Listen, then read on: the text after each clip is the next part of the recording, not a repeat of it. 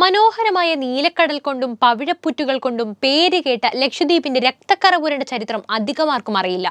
അധിനിവേശത്തിനു വേണ്ടി പല പോരാളികളും അവിടെ മാറി മാറി പടപൊരുതിയ ആ ലക്ഷദ്വീപ് ചരിത്രം ഐതിഹാസികമാണ്. പറങ്കികളും മമ്മാലികളും ഡച്ചുകാരും അത് കഴിഞ്ഞ് ബ്രിട്ടീഷ് പടയും അറക്കലെ ബീവിമാരുമൊക്കെ മാറി മാറി ഭരിച്ച നമ്മുടെ ലക്ഷദ്വീപ് ചരിത്രമാണ് നമ്മൾ ഇന്ന് പറയുന്നത്. വീഡിയോയിലേക്ക് പോകുന്നതിന് മുമ്പ് ഒരു ചോദ്യം: നിങ്ങൾ ലക്ഷദ്വീപിൽ പോയിട്ടുണ്ടോ? ഉണ്ടെങ്കിൽ അവിടെ നിങ്ങളെ ഏറെ ആകർഷിച്ചത് എന്താണ്?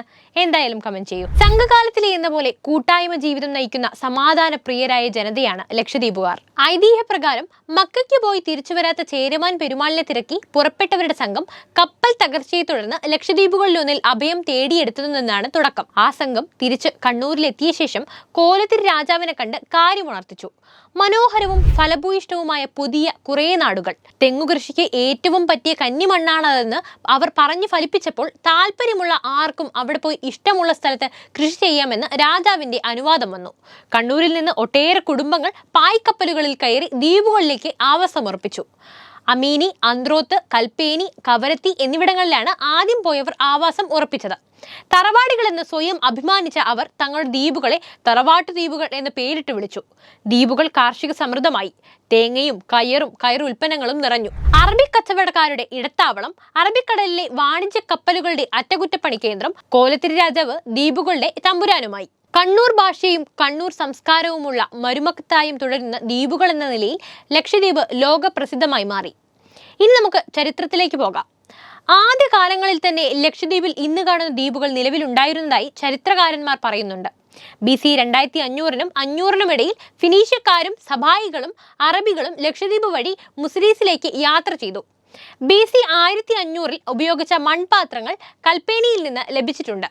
BC 200 മുതൽ AD 50 വരെ റോമക്കാർ മലബാറുമായി കച്ചവടം നടത്തിയിരുന്ന കാലത്തും ലക്ഷദ്വീപ് വഴിയാണ് യാത്ര ചെയ്തിരുന്നത്. 1-ാം നൂറ്റാണ്ടിലെ റോമൻ നാണയങ്ങൾ 1948-ൽ കടമത്ത് ദ്വീപിൽ നിന്നും കണ്ടെടുത്തിരുന്നു. AD 6-ാം നൂറ്റാണ്ടിൽ ബുദ്ധമതക്കാർ ഇവിടെ ഉണ്ടായിരുന്നതായും പറയപ്പെടുന്നു. AD 662-ലാണ് ഇസ്ലാം മത പ്രബോധകൻ ഹസ്രത്ത് ഉബൈദുല്ല ഇബ്നു മുഹമ്മദ് അമിനി ദ്വീപിലെത്തിയത്. ആ വർഷം തന്നെ അദ്ദേഹം ആന്ത്രോത്ത്, കൽപ്പേനി, അമിനി, കവരത്തി എന്നീ ദ്വീപുകളിൽ ജുമാ മസ്ജിദുകൾക്ക് തറക്കല്ലിട്ടു. AD 985-ൽ രാജരാജ ചോള എന്ന ചോള രാജാവ് ദ്വീപുകൾ കീഴടക്കിയതായി തഞ്ചാവൂർ ലിഖിതങ്ങളിൽ കുറിച്ചിട്ടുമുണ്ട്. ഇതിനൊക്കെ ശേഷമാണ് മമ്മാലികളുടെ ഭരണം അങ്ങോട്ടേക്ക് എത്തുന്നത്. അതായത് ഇന്ത്യയെ കോളനിയാക്കാൻ പോർച്ചുഗീസുകാർ അഥവാ പറങ്കികൾ അറബിക്കടലിനെ ഒരു കാലത്ത് ചോരക്കടലാക്കിയിരുന്നു. കനത്ത പോരാട്ടങ്ങളാണ് ലക്ഷദ്വീപിനെ ചൊല്ലി അക്കാലത്ത് അരങ്ങേറിയത്. ദ്വീപിന്റെ ഭരണം കയ്യാളിയ മമ്മാലിക്കിടാവുകൾ അഥവാ അറക്കൽ ആലി രാജാക്കന്മാരുടെ ആഴിയിലെ ആധിപത്യം തകർക്കാൻ ചരിത്രത്തിലെ ഏറ്റവും കൊടിയ ക്രൂരതകൾ കാട്ടി. കോലത്തിരിയാണ് ലക്ഷദ്വീപ് രാജാവെങ്കിലും യഥാർത്ഥ ഭരണാധികാരി മമ്മാലിക്കിടാവുകളായിരുന്നു അഥവാ മമ്മാലി മരക്കാറായിരുന്നു. കോലത്തിരിയുടെ നാവികത്തലവൻ 5-ാം മമ്മാലി എന്നറിയപ്പെടുന്ന ആലിമൂസ മാലദ്വീപ് പിടിച്ചടക്കിയതോടെ കണ്ണൂർ നഗരത്തിന്റെ അധിപർ എന്നതിനൊപ്പം ആഴി രാജാവ് എന്ന പേരും പദവിയും കൂടി ചാർത്തി കിട്ടുന്നു. എന്നാൽ മാലദ്വീപ് പോർച്ചുഗീസ് ആധിപത്യത്തിലാണെന്ന് ആൽബുക്കർക്ക് പ്രഖ്യാപിച്ചതോടെ സിലോണിനടുത്തുള്ള കടലിൽ പറങ്കി കണ്ണൂർ യുദ്ധം പൊട്ടിപ്പുറപ്പെട്ടു. മമ്മാലി മരക്കാരുടെ നേതൃത്വത്തിൽ 1523-ൽ നടന്ന ആ യുദ്ധത്തിന്റെ അന്ത്യത്തിൽ കണ്ണൂരിലെ ബലഹസനെ കണ്ണൂർ കോട്ടയിൽ Portuguese viceroy Henrique de Menezes തൂക്കിക്കൊന്നു. പിന്നീട് കുറെ കാലം ക്ഷീണത്തിലായ അറക്കൽ ആലി രാജാമാർ 1660 കാലത്ത് ഡച്ചുകാർക്കൊപ്പം നിന്ന് പോർച്ചുഗീസുകാർക്കെതിരെ പൊരുതുകയും അവസാനം പോർച്ചുഗീസുകാരെ പരാജയപ്പെടുത്തുകയും ചെയ്തു. ഡച്ചുകാരാവട്ടെ കണ്ണൂർ കോട്ടയും കണ്ണൂർ ഭരണവും അറക്കലുകാർക്ക് കൈമാറി സ്ഥലം വിടുകയും ചെയ്തു. പിന്നീട് കാലങ്ങൾ കടന്നുപോയി. 1847-ൽ ആന്ത്രോത്ത്, കൽപ്പേനി ദ്വീപുകളിൽ വൻ വെള്ളപ്പൊക്കം ഉണ്ടായി. 549 പേർ മരിച്ചു.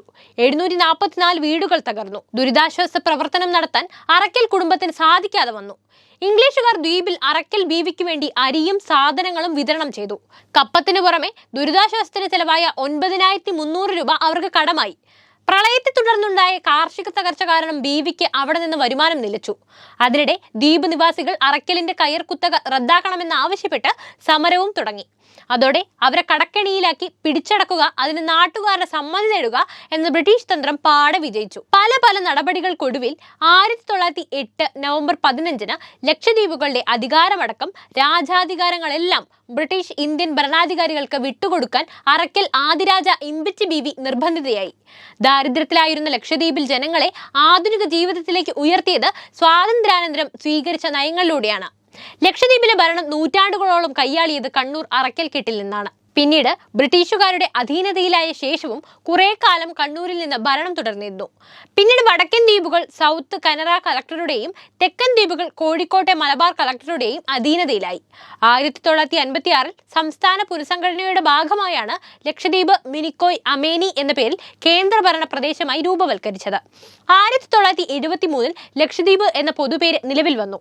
ദ്വീപ് നിവാസികൾക്കല്ലാതെ ഭൂമിയിൽ അവകാശമില്ലെന്നും അവർക്കിടയിലുള്ള കൈമാറ്റം പോലും ഭരണകൂടത്തിന്റെ സമ്മതത്തോടെ പറ്റുകയുള്ളൂവെന്നും 1964 രാഷ്ട്രപതി വിജ്ഞാപനവും ചെയ്തു. ഇന്ന് ലക്ഷദ്വീപ് തികച്ചും ഒരു സമാധാന പ്രിയരുടെ ലോകമാണ്. അവർ സൽക്കാരപ്രിയരാണ്. സ്നേഹത്തിന്റെയും കരുണയുടെയും പ്രതീകമായ മനുഷ്യർ. പ്രകൃതി കനിഞ്ഞു നൽകിയ കാഴ്ചകൾ, പവിഴപ്പുറ്റുകൾ സുരക്ഷയാകുന്ന ദ്വീപുകൾ, തിമിംഗലം മുതൽ മാസ് വരെയുള്ള മത്സ്യസമ്പത്ത് തുടങ്ങി നിരവധി പ്രത്യേകതകളുള്ള നാടാണ് ലക്ഷദ്വീപ്. ഇവിടെ എത്തുന്ന ഏതൊരാളെയും തികഞ്ഞ ആതിഥ്യ മര്യാദയോടെയാണ് നാട്ടുകാർ സ്വീകരിക്കാറ്. ആദ്യമായി പരിചയപ്പെടുന്നവരെ പോലും സ്വന്തം വീട്ടിൽ കൊണ്ടുപോയി സൽക്കരിച്ചിട്ടേ അവർ മടക്കി അയക്കാറുള്ളൂ. പരസ്പര സാഹോദര്യത്തോടെയും സമാധാനത്തോടെയും ജീവിച്ചു പോകുന്ന ഒരു കൂട്ടം ആളുകൾ. അപ്പോൾ വീഡിയോ ഇഷ്ടപ്പെട്ടാൽ ലൈക്ക് ചെയ്യാനും ഷെയർ ചെയ്യാനും ശ്രദ്ധിക്കുമല്ലോ.